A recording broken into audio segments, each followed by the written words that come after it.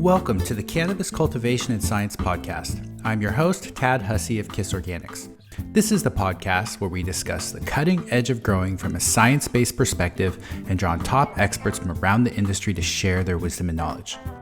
This is part 2 of my recent interview with my good friend, Suzanne Wainwright Evans, also known by many as the Bug Lady.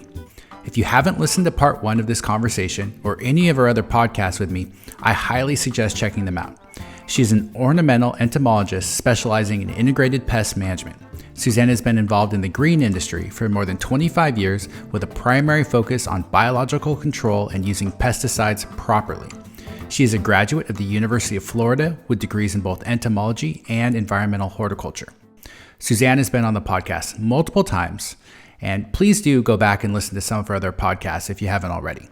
Her website is bugladyconsulting.com, where you can find links to other webinars, podcasts, and information, as well as how to contact her for direct consulting. Now on to the show. So a couple of things that you've taught me, again, correct me if I misspeak, around oils. And the reason that you like Suff oil, which is mineral oil based, also Monterey Garden horticultural oil, is because it has less REI requirements. It biodegrades faster, and it's something that you can spray pretty easily, and it has a lot of data showing its effectiveness. There is a new product called EpiShield. We're working with them right now to try and get it into smaller container sizes so that it can be available to a wider range of growers. And that product has no REI. And smells phenomenal, and it's botanical based.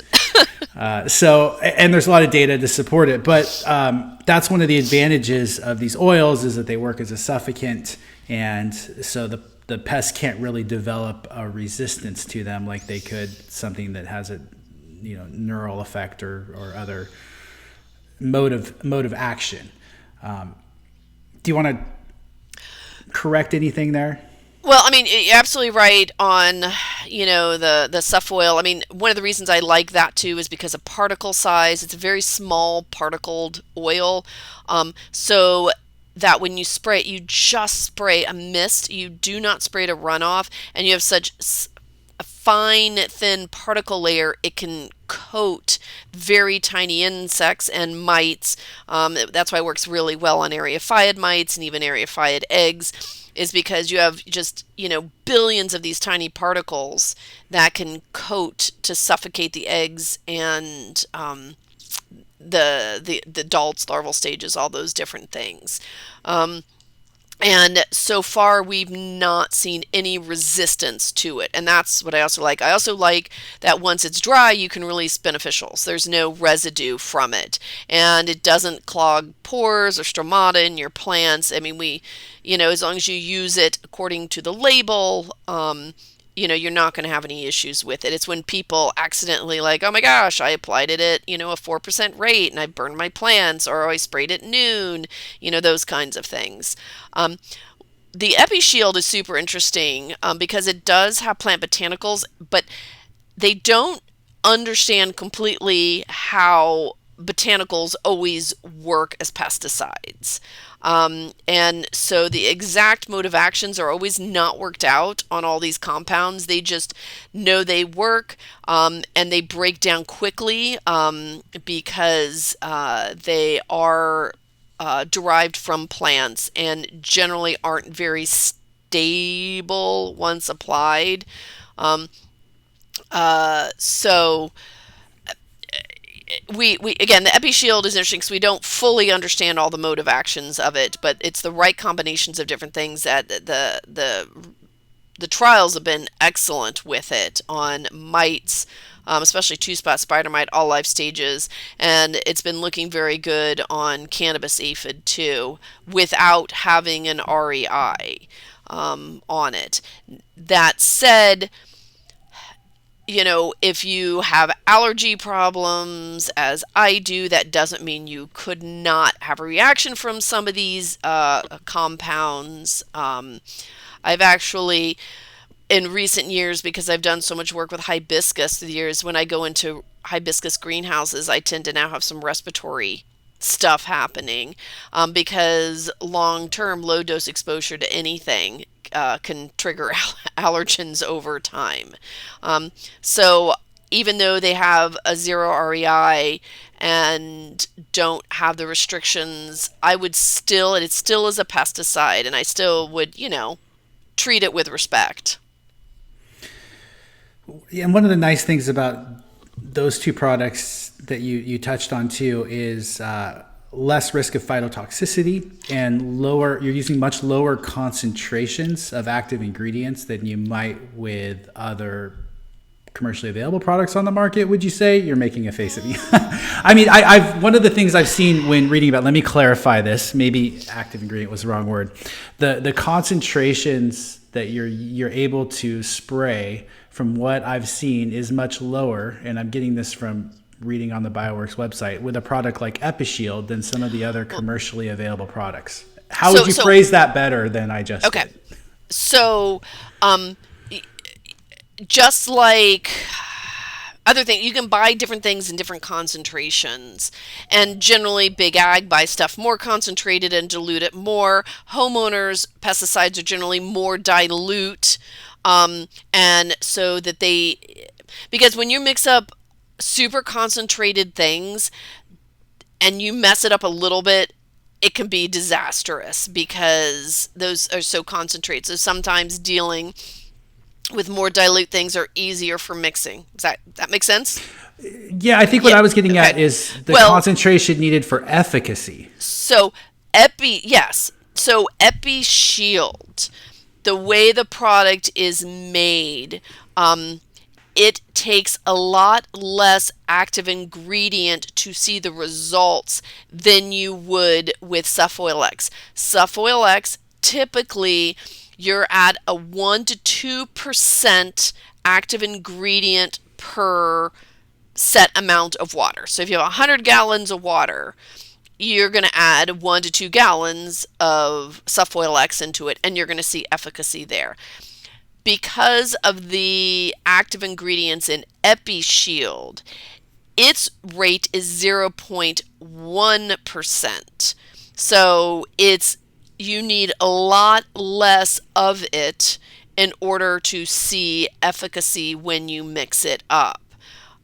The concern I have with that is if you're a home grower or doing small amounts and you're going to mix up 1 gallon, if you get your rate just slightly off, it's going to be a huge mistake, and can then cause burn because you are putting out too much. Suffoil X, again, you've got more wiggle room on mistakes there, and that's why if you go by Bioworks booths at trade shows, they're providing syringes to help measure, because if you're trying to pour out a tablespoon or a teaspoon, I do this because I do a lot of candy making. I pour, cinnamon oil into a spoon and they pour it out. And I'm like, wow, how much is really staying behind and is stuck to that spoon? Because are you getting that full amount? And so that's why I think the syringes are a much better way to measure for a home grower or anybody that's mixing up anything under 10 gallons of product, because it would be very easy to make a mistake on the EpiShield and burn your plants. Also doing the math. Okay, cannabis growers, stop contacting me, asking me to figure out your rates for small amounts for you. Math is not one of my strongest points. Bioworks for their products does have a rate calculator on their website that you can put in the product you're using and how much you want to make, and it can help calculate that for you. Also today with AI and all that stuff, they can easily do your rates for you. But with the EpiShield, again, a little more, because more is better, is not good in this situation. You really need to stay with that recommended labeled rate for that product. So in my head, what I was thinking of with my comment about concentrations was less comparing Suffoil and EpiShield, but comparing EpiShield and Suffoil to other commercially available products. Less with EpiShield, a lower concentration of a final applied product, that you're less likely to see, compared to other botanical 25B products on the market that don't have as much research around them, you're less likely to see phytotoxicity or other issues and still get the efficacy that you want at the end of the day. Yes. That's what I was Okay. Yeah, because you're putting out less AI, active ingredient, not artificial intelligence, but you're putting out less active ingredient and still getting the results for a good price point, because at the end of the day, money matters on the cost of these things. And I know some people, when they look at the cost of EpiShield, they're like, oh my gosh, it's a tiny bottle, it's so expensive. But you have to realize that the rates you're going out at are very low, and so it doesn't take as much chemistry to kill, because of the not completely understood ways it kills compared to an oil or even a soap that you need a higher percentage to smother and activate it. But yeah, I think when it comes to these plant botanical based products, I think EpiShield's I think it's gonna take over the market, and that's gonna be the one standing because of all the. I mean, it's been a really, really good product. Now, one thing it's not as effective with, as I understand it, is with thrips that are pupating inside the leaf tissue. Like, whereas with, you're making faces at me. I'm making faces at you. This is good. This is good because I am not an expert here and I'm learning myself. So, as I understand it, thrips can lay eggs inside of the leaf tissue of cannabis, and then when they emerge, there is some efficacy with Suffoil, but you don't get that efficacy with EpiShield. Now, please correct me if I'm wrong on that. Okay, so EpiShield was originally, the market was going to be a miticide. That's, where the focus was. But as the product's been used, we've seen activity on other insects, and that's where it's like, wait a minute, it's knocking back aphids pretty good. With thrips, you are correct. Most, not all thrips, but most thrips do lay their eggs inside of plant tissue. Western flower thrips, onion thrips, echino thrips, parvispinus, they lay their eggs in the plant tissue. Now, there has been some new information, and I feel like a dumbass because I didn't know this, and apparently there was some research done in Canada looking at Suffoil X, and they did find, and I'm guessing this didn't get published, and our buddy Mr. MB over there is the one who told me about this, and he's like, well, how do you not know this, Suzanne? They found with Suffoil, they were able to kill about 50% of Western flower thrips eggs. Why? Is because when insects lay their eggs inside a plant tissue, and if you come to any of my presentations, I've got videos of like Aureus inserting their eggs and things like that. They leave the tiniest bit of the eggs sticking out, and that's where the air exchange is happening. They're respirating through that little tip there, and if you put an oil over it, it suffocates the eggs, just the same way as if an egg is laid on a plant surface and you cover it with an oil, it will suffocate it, because they do need to respirate. So this is some newer information that the Suffoil can, and again, the work was only done on Western flower thrips, which we generally do not find in cannabis. But it's very interesting. Now, I don't know if they have done any of the work looking at egg efficacy with EpiShield.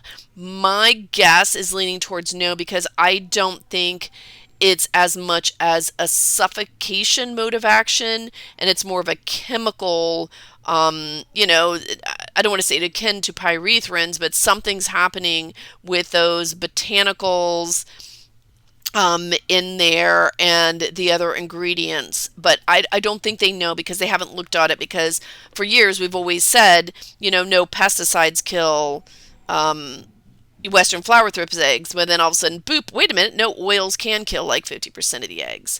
But after they do hatch, and I think where you're going for with not That's all, that's where I was going, actually, yeah, because I talked to Michael 2 weeks ago and he explained this to me. So that was what I was trying to say. but they don't. The pupa is not in the leaf tissue.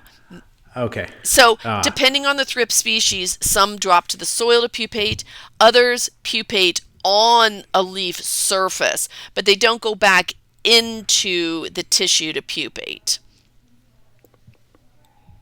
So, Okay, that makes sense. So you were I close. You were screwed it up, so but I was close. close. It was just one word, but that's okay. I mean, No, that's good. That's good. I appreciate the correction because that's how I learned too.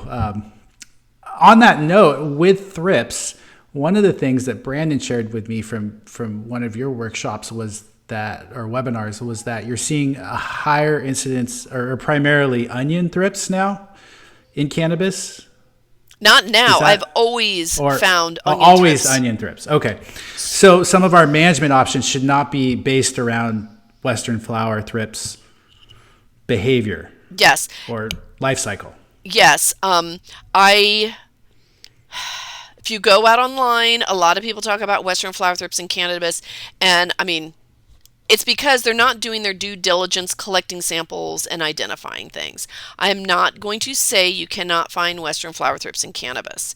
But every sample, well, let me just say this. I have not gotten a Western flower thrips sample from a cannabis grower.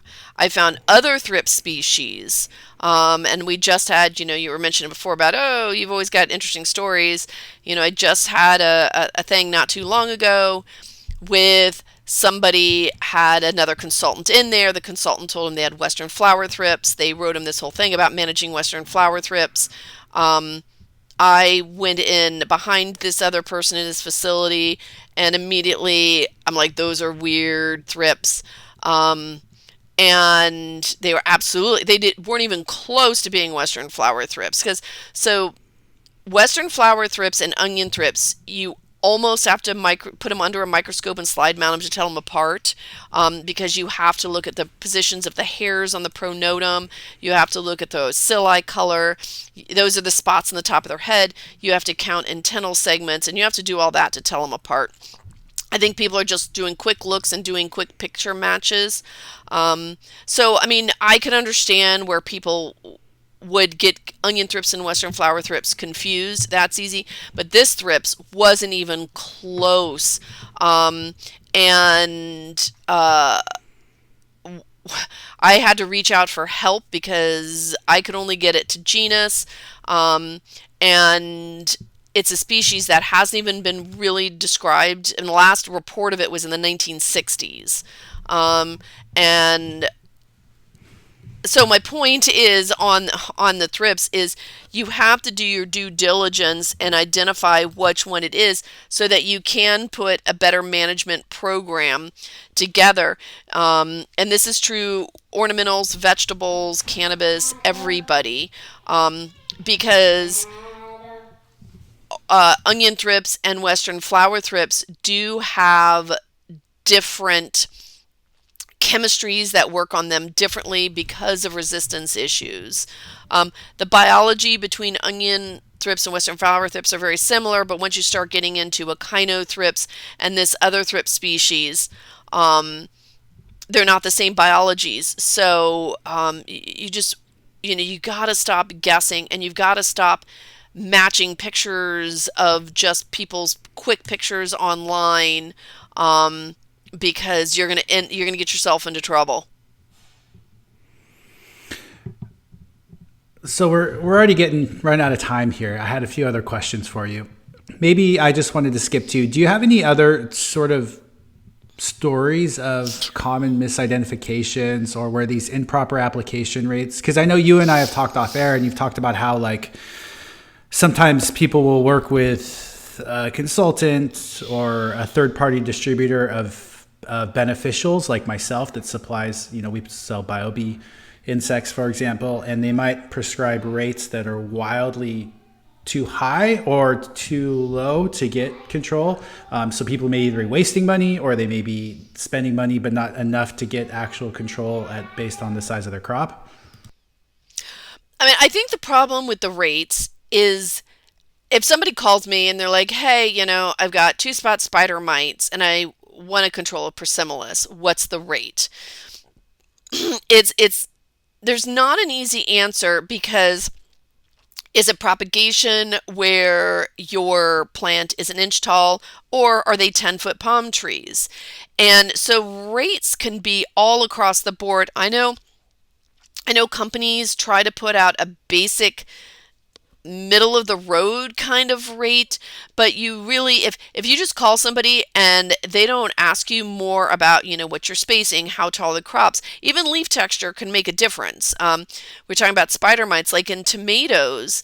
Persimolis really struggle to get through those trichomes, so you really have to up your rates of Persimolis in tomatoes compared to tropical foliage because you have that smooth leaf surface where they can run around. It's like ice skating for them. So there's a lot of variables that go into rates. And so that's why it's important to talk with somebody, and it does not have to be me, but talk with somebody that's really understands these systems and takes the time to ask you questions to figure out what the right rate for what you're going to need is. Now, when it comes to home grows, homeowners, you got 5 or 6 plants, you can afford to put out insane numbers of mites. Because even like Persimolis, I think the smallest they come in really is like 2,000. And that covers a lot. But, you're talking maybe $15. So a homeowner's like, yeah, I can afford that. For my commercial growers, when we need to treat like 50 acres, we really have to get the numbers exactly right, because if not, it gets very expensive very fast. So there's all these variables that go into making rate recommendations. And that's where I really, working with a lot of bug people out there, the guys from BioBee, guys from Beneficial Insectary, Copert, BioBest, of all these different companies, most of their people have had a better experience, and that can take the time to help put those better rates together. What we did see happening is when cannabis legalization happened, there were some unscrupulous people that are like, well, cannabis don't know any better, and they were selling them ridiculous rates of products. I mean, it was insane, and charging crazy prices. Like for what my growers are paying 14 cents for, I saw growers paying $2, cannabis growers paying $2 for, which I just have zero tolerance for that kind of, gouging. I think that the cannabis growers have become more educated on bios and even chemistries and how to purchase, and they're buying from more traditional suppliers, or they're getting better pricing these days. But where pesticides, the label is the law, the rates are right there, it's easy to figure out. Bio rates are very subjective. And you really need, if you're new, you need to work with somebody that can help guide you on the program. Because again, there's a lot of variables that go into making these rate decisions. Yeah, and I just want to do one quick shameless plug, because we do work with BioBee and ship direct from Insectary. And when we have situations with like a facility or someone, you mentioned, you're not the only one that can do this. Frankly, you can't do this for everyone. So if you can't afford to have Suzanne come out, one of the resources that we do have is Kelly Vance and Saul Alba with BioBee, both excellent technical advisors and friends of Suzanne. And so it's been great to be able to use them as resources, at least with helping our company. And other companies should have someone similar or something similar that would allow you to get better dialed rates for what you're doing in your facility or even in your home grow. I love Kelly. Yeah, I mean, you guys are good friends. I've known him a long time. And he's a real, I mean, Saul's awesome too, but I know Kelly much better. I've known him a lot longer. And I'm always proud to walk into a greenhouse with Kelly next to me, because he's not a bullshitter. He is, he was a grower. He knows he's been in your shoes, and so he doesn't want to be taken advantage of. So he doesn't take advantage of people. He's a really good guy. Yeah. So if you're listening to the podcast and you'd like to know more about insects or get in touch with these guys as well, please don't hesitate to reach out to me directly. I'd be happy to make that connection. Okay. So moving on, last question of the day, and I'll let you get back to your day. Common misidentifications that you see in the cannabis industry. I know a lot of times people will, at least online, say like, what is this? And it turns out it's like a mold mite that may have been introduced when they introduced beneficials, or another one would be springtails that I see, things that are not necessarily of considered pests within your garden. I don't know. What are your thoughts? I think the cannabis growers have gotten a lot better. I've saved on my computer that in the early days of legalization, somebody put out this ID manual, and for their fungus gnat picture, they had a winged aphid. And I think that started everybody off onto the wrong footing, because people were trying to be helpful, but they put out a lot of misidentification, and there's still a lot of bad ID photos online. I've seen pictures of Persimolis that are actually velvet mites. Again, I think the growers have gotten better.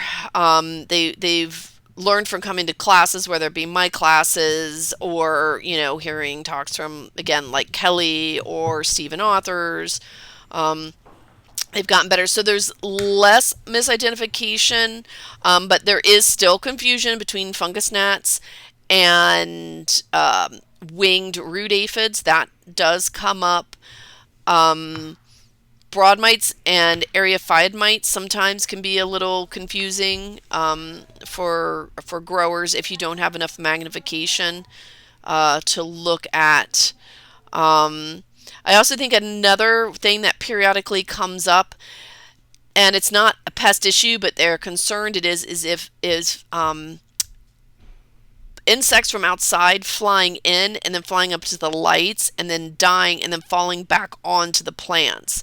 I've had that a handful of times now, where people think they're these weird insects on their plants, and excuse me, they're typically some kind of midge that have come from some fresh water that got sucked in some vent somewhere, and they come in and die, but because of the trichomes, they stick to the plants.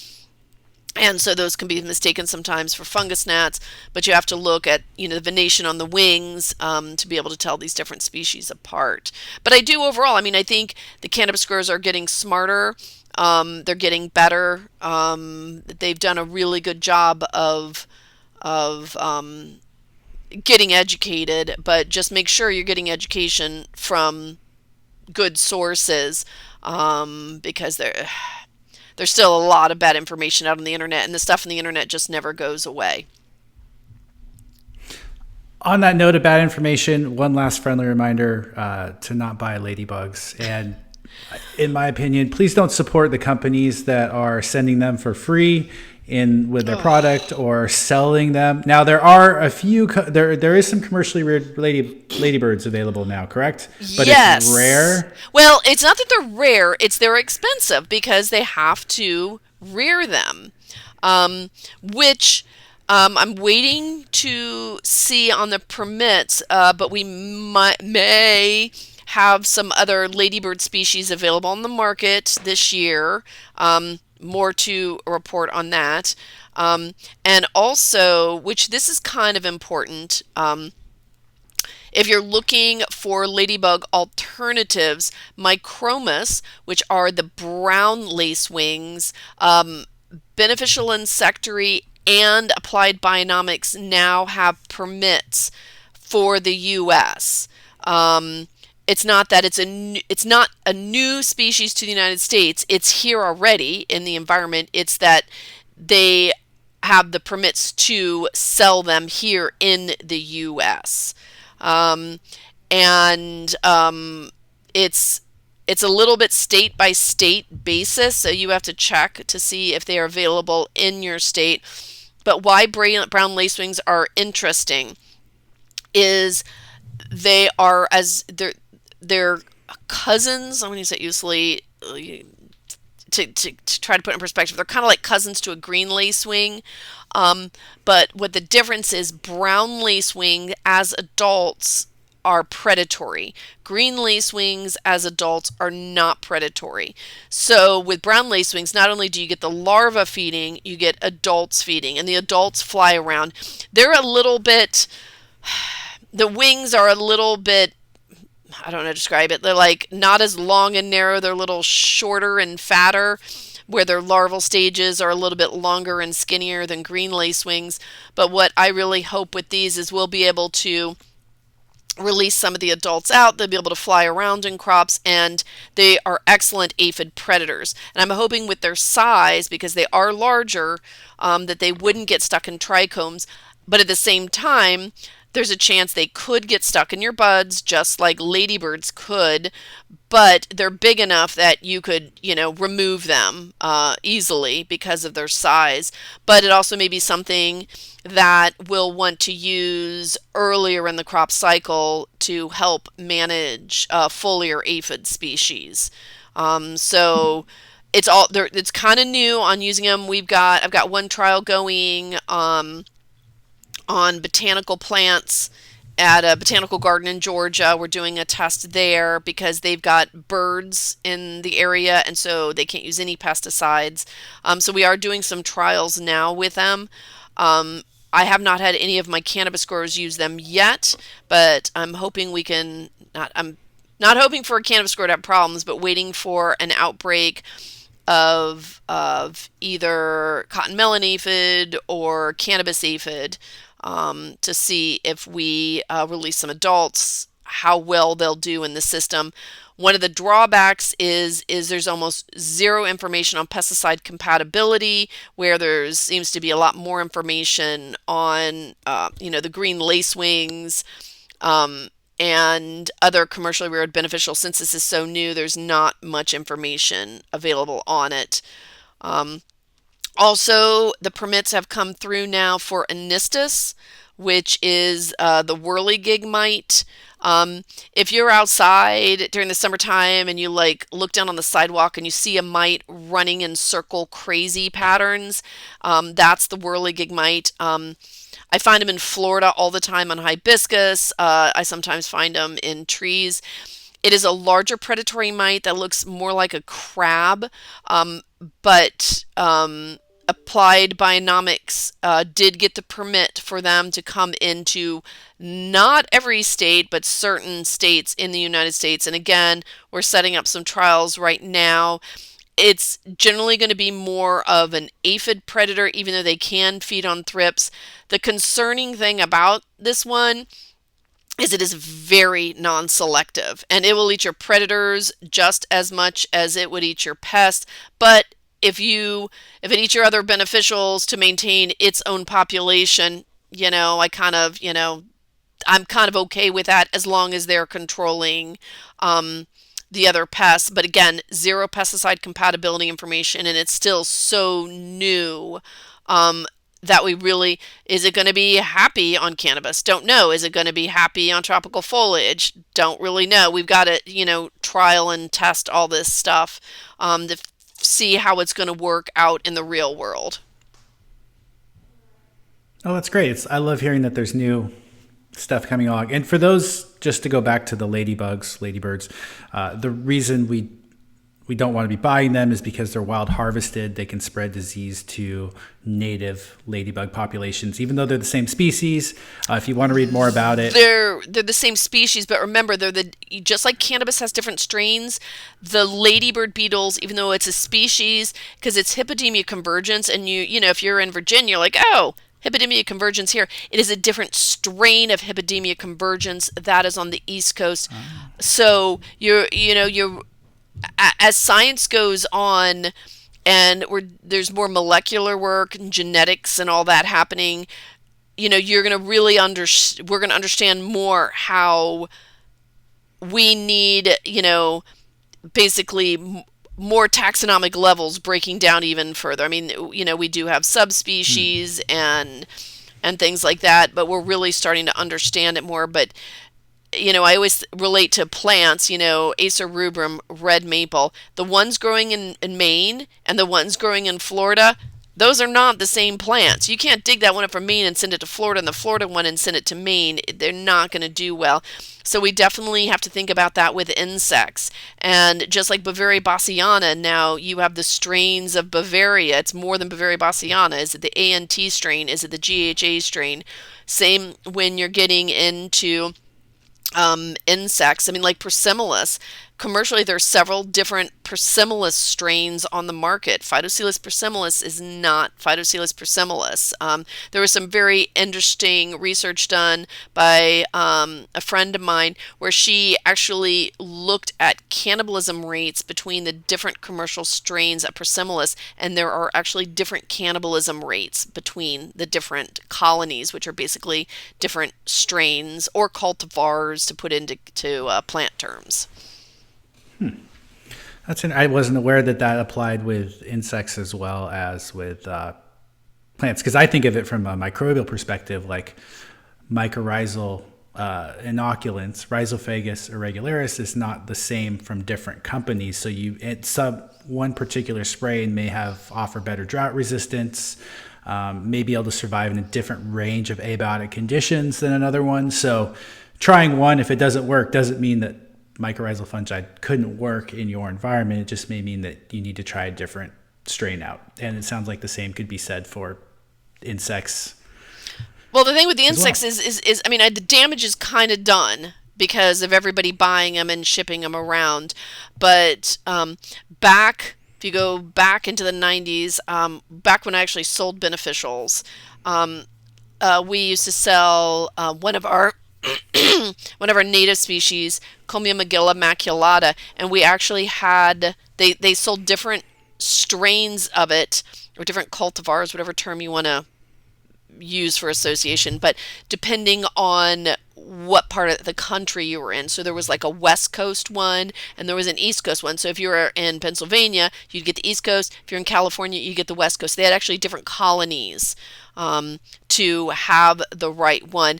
And and now it's a hot mess from all the plants moving around, people moving bugs around. I mean, again, the whole roly-poly thing, with all the hobby trading and this and that, it's going to be hard to even track any of all this because humans have just moved all this stuff around without a thought or a care and of the environmental impact.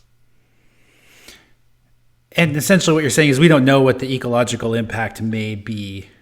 And we've made this mistake in the past with introducing species to a new environment and causing problems. I think of Hawaii as a great example of that. But Hawaii is a good example. I mean, Florida gets one new invasive a month, I think is the current going rate.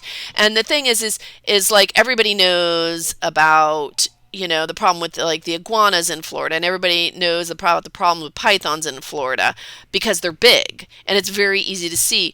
With the insect stuff and even microbial stuff, we don't see it so directly, so people don't think about how harmful it could be. But it's one of these things that I think one of these times something bad's going to happen and it's going to catch up. And even though everybody's intentions are good, people need to stop and think about where they're sourcing all this stuff from and should it be here or not. Granted, a lot of mistakes were made early on with moving stuff around. The cane toads released in Florida for control of pests in sugarcane. Big mistake. Again, happened a long time ago. I always compare it to medical science because medical science, again, when we had our last, the Spanish flu, our last big world pandemic problem, they were bloodletting, giving whiskey enemas. We were doing all kinds of crazy stuff. That doesn't mean we throw all medical science out and don't do it because they made mistakes years ago. We learn from it and try not to repeat those mistakes. But unfortunately, when it comes to the insects and the other arthropods and things and microbes, since it's so small, we don't see it the same way we do as with like, hey, I've got mice in my yard. I'm going to go buy some cheetahs from Africa and release them. Nobody would think to do that. And it's weird why people aren't concerned as much about moving arthropods around. I mean, the government is, but not growers, because I know there's a lot of illegal movement of arthropods in this country. So some of these more exotic species of isopods probably are not legal to sell just because of the risk of them getting out, and we don't know what the ecological implications are, but also at the same time, the government doesn't have the capacity to really enforce or regulate as well as they probably should for this sort of thing, right? Right. No, they don't have the manpower to do it. And to move the isopods around, you do have to have permits. You can't just ship them around. There's a permitting process involved, just like with the commercial beneficial insects, Persimilis, Cucumaris, those things. There are permits, and that is all regulated by the USDA to make sure people aren't moving invasive things around. But with the pet trade of these other arthropods, it's there's all these shows that you can go buy stuff at, and this, it's just, there's not enough government. They don't have the manpower to regulate all of this, and I think we're setting ourselves up for some serious problems down the road. And how the best way to stop this stuff is, make sure if you're buying something, do you have the right permits? Is this legal for me to buy? And be a better human, and don't be like, oh, the government's just, trying to control us. And there's a reason why this stuff is in place to prevent these major problems we've had with invasives in the past. And be a better human being and think about the impact down the road of what you're doing, not just what's right in front of your face today. Well said. Well, thank you so much for your time today, Suzanne. I enjoyed our conversation. I always learn something new every time we talk. And thank you. Thanks, Tad. And I'm looking forward to Montana, so mark that calendar. Yeah, you can come. We'll both be there along with a bunch of other folks. And Collective Elevation is one of the nicest facilities I've visited personally. And I've done a tour. It's available on YouTube. Great people and phenomenal facility to check out. So I'm excited that they're hosting it and opening it up to us for it. All right. I'll see you there, Tad.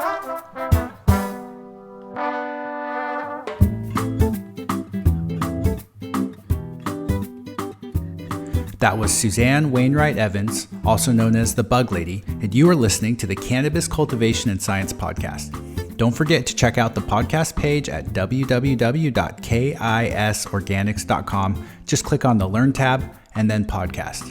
And if you want access to podcasts as soon as they are recorded, along with additional content and video, we do have a Patreon channel. We also do book clubs, hangouts, and have a private Discord channel just for members. The KISS Organics website also offers a variety of soil amendments, lighting fixtures, beneficial insects, and the highest quality commercial soils on the market. We carefully research all our products we offer and manufacture to make sure they are science-based and meet our standard of quality. Thanks for listening.